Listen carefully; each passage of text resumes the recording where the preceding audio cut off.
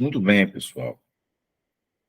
Sejam bem-vindos a mais um clube de revista da nossa mentoria Maifenta. A mentoria Maifenta, que é baseada em 5 pilares, clube de revista, que é o que está acontecendo agora, as aulas Google Meet semanais, anestesias filmadas no dia a dia, programação FentaCast lá no Spotify e o último pilar, que é o mais importante, eu, Vinícius, médico TSA, fundador do canal, professor universitário, ao seu dispor. Esses 5 pilares, durante 210 dias, formam o produto do canal Fenta News, a mentoria Maifenta. O nosso canal, ele aparece para o público na nossa página do YouTube, onde temos alguns demonstrativos, e principalmente em @FentaNews no Instagram. Clicando nos links dos stories, você tem acesso, portanto, à nossa mentoria.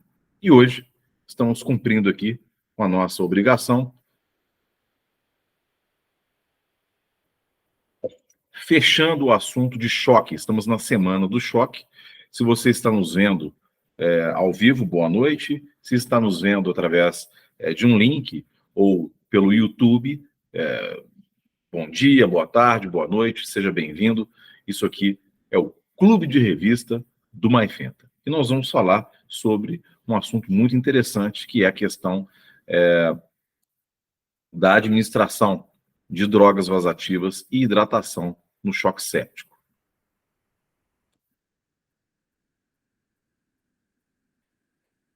Bom, vamos colocar aqui.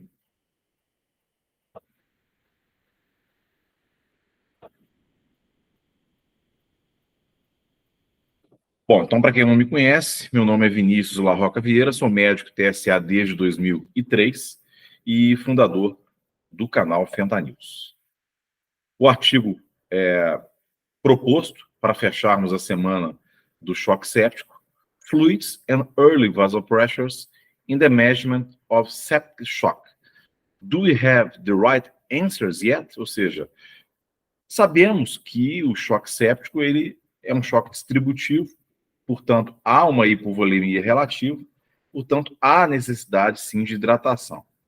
Sabemos também que ele é vasoplégico, por conta do óxido nítrico, por conta da hiperpolarização da musculatura lisa dos vasos, que passa a não responder ao agonismo alfa-1, por conta da má performance de bomba, a despeito do alto débito cardíaco.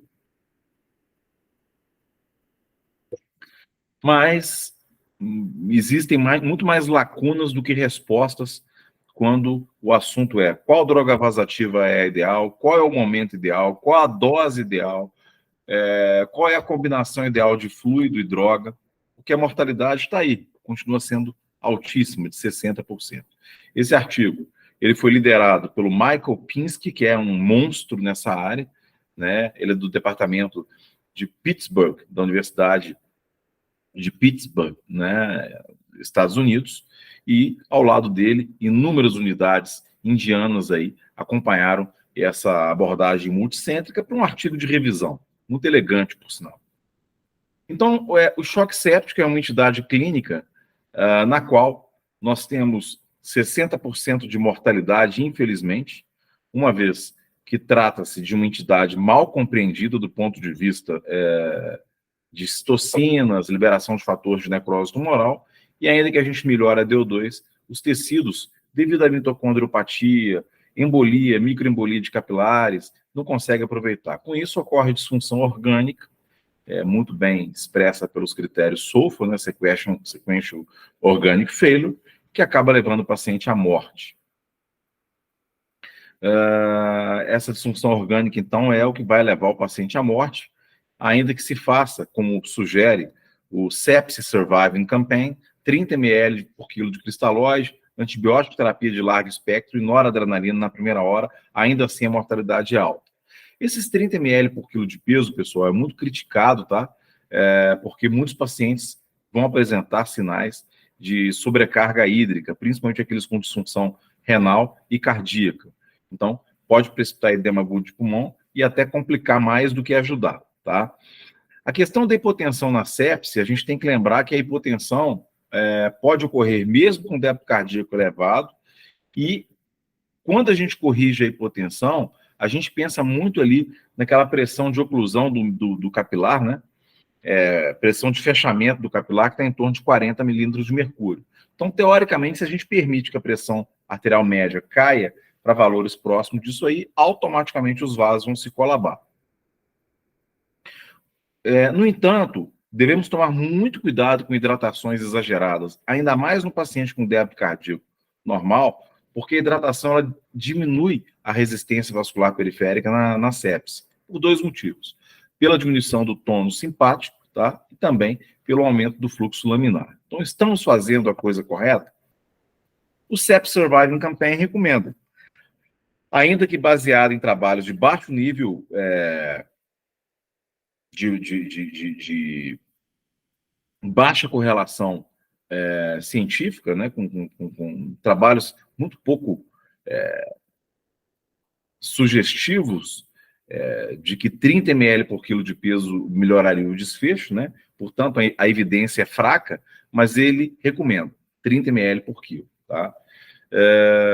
Os estudos PROMISE, PROCESS, ARISE, realizados entre 2014 e 2017, vêm questionando o Sepsis Surviving Campaign nessa dose aí de 30 ml por quilo, mostrando inúmeras consequências negativas, como síndrome compartimental abdominal, edema agudo de pulmão, que leva esses pacientes à internação prolongada e muitas vezes aumenta a mortalidade.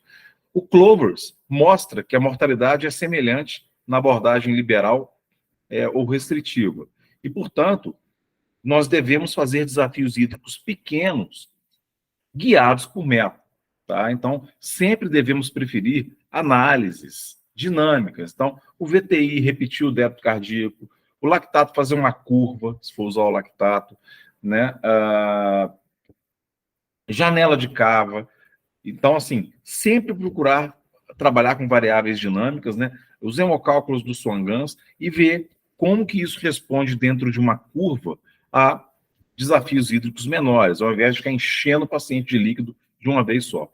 Então, o ultrassom point of care à beira do leito é fundamental nessa análise dinâmica, na medida que você pode calcular o VTI, né, que é o volume sistólico trabalhado por esse ultrassom, e a velocidade com a qual ele passa pela válvula aórtica. Janela de cava, né, é muito importante, delta PP, uma série de variáveis dinâmicas para a gente ter ideia se está precisando repor mais ou não.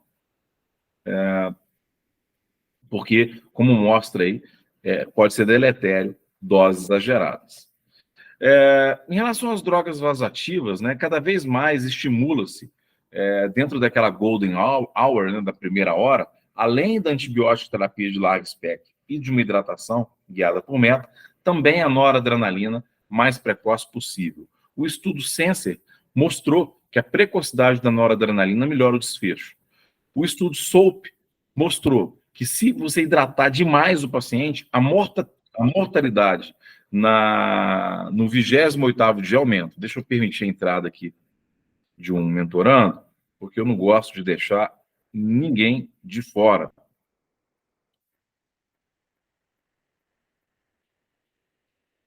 Pronto.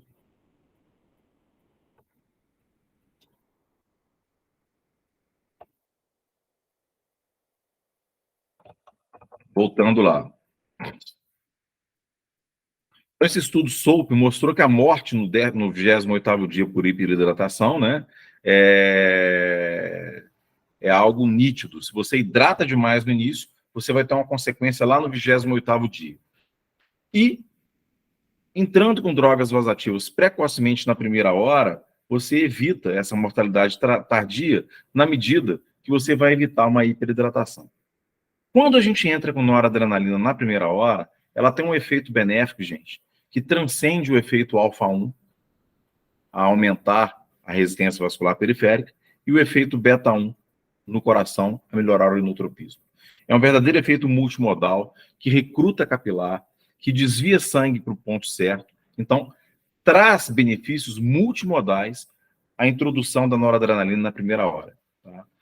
Principalmente, como mostra o estudo de Ospina, né, que calculou aí o Diastolic Shock Index, ele pega a frequência cardíaca e divide pela pressão diastólica, se está maior que 2,2, e isso fala muito a favor da mortalidade aumentada, desfecho pior.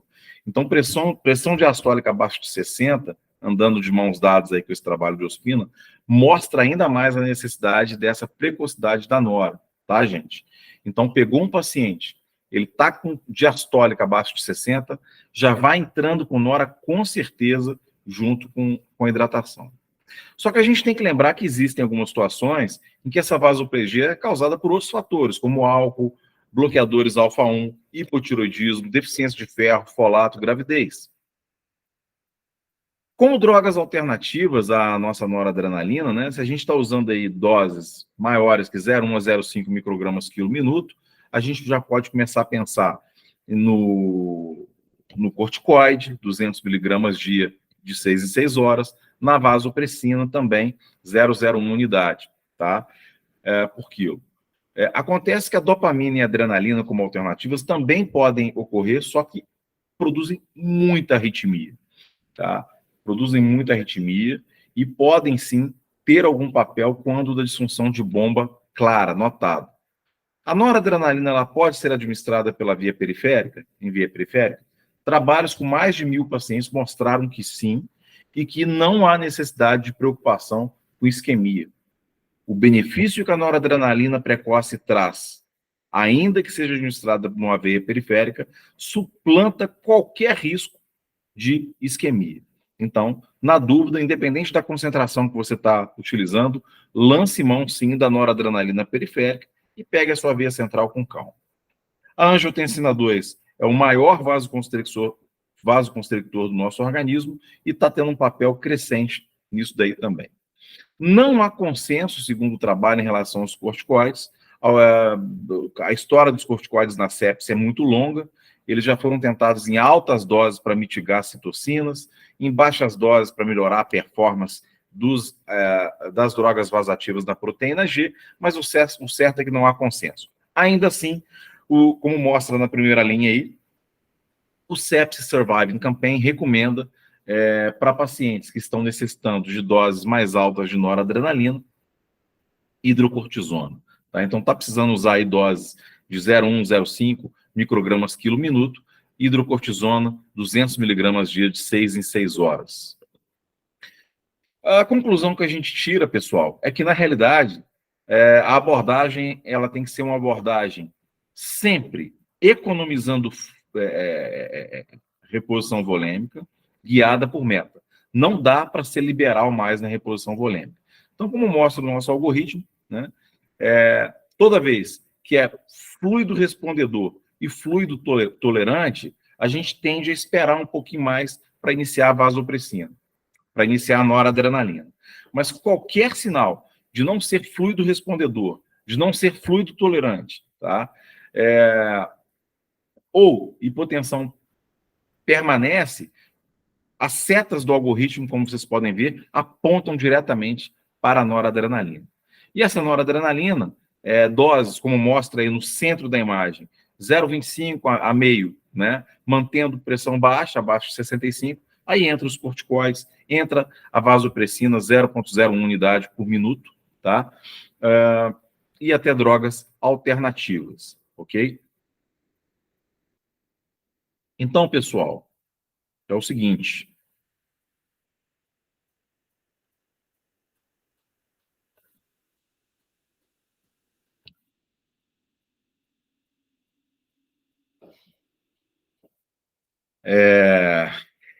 Hidratação e noradrenalina. Quando começar? Os trabalhos indicam cada vez mais que tanto a hidratação, guiada por meta não liberal, quanto a noradrenalina ou outros vasopressores, são importantes principalmente de maneira precoce, na primeira hora. Há uma tendência clara, segundo esse artigo de revisão, em se diminuir líquido e se aumentar tanto doses quanto a precocidade das drogas vasoativas na sepse. Aquela ideia de que a droga vasoativa vai levar a isquemia, pode prejudicar, está ficando cada vez mais de lado. Os efeitos multimodais desses fármacos, melhorando a distribuição de sangue, recrutando capilares e evitando a oclusão devido à pressão de fechamento desses vasos de 40 milímetros de mercúrio, e os trabalhos mostrando a melhoria do desfecho dos pacientes, uma vez que a hipotensão persistente é o maior causador independente de mortalidade, está fazendo, de fato, cada vez mais essas drogas serem administradas precocemente, ainda que em veias periféricas.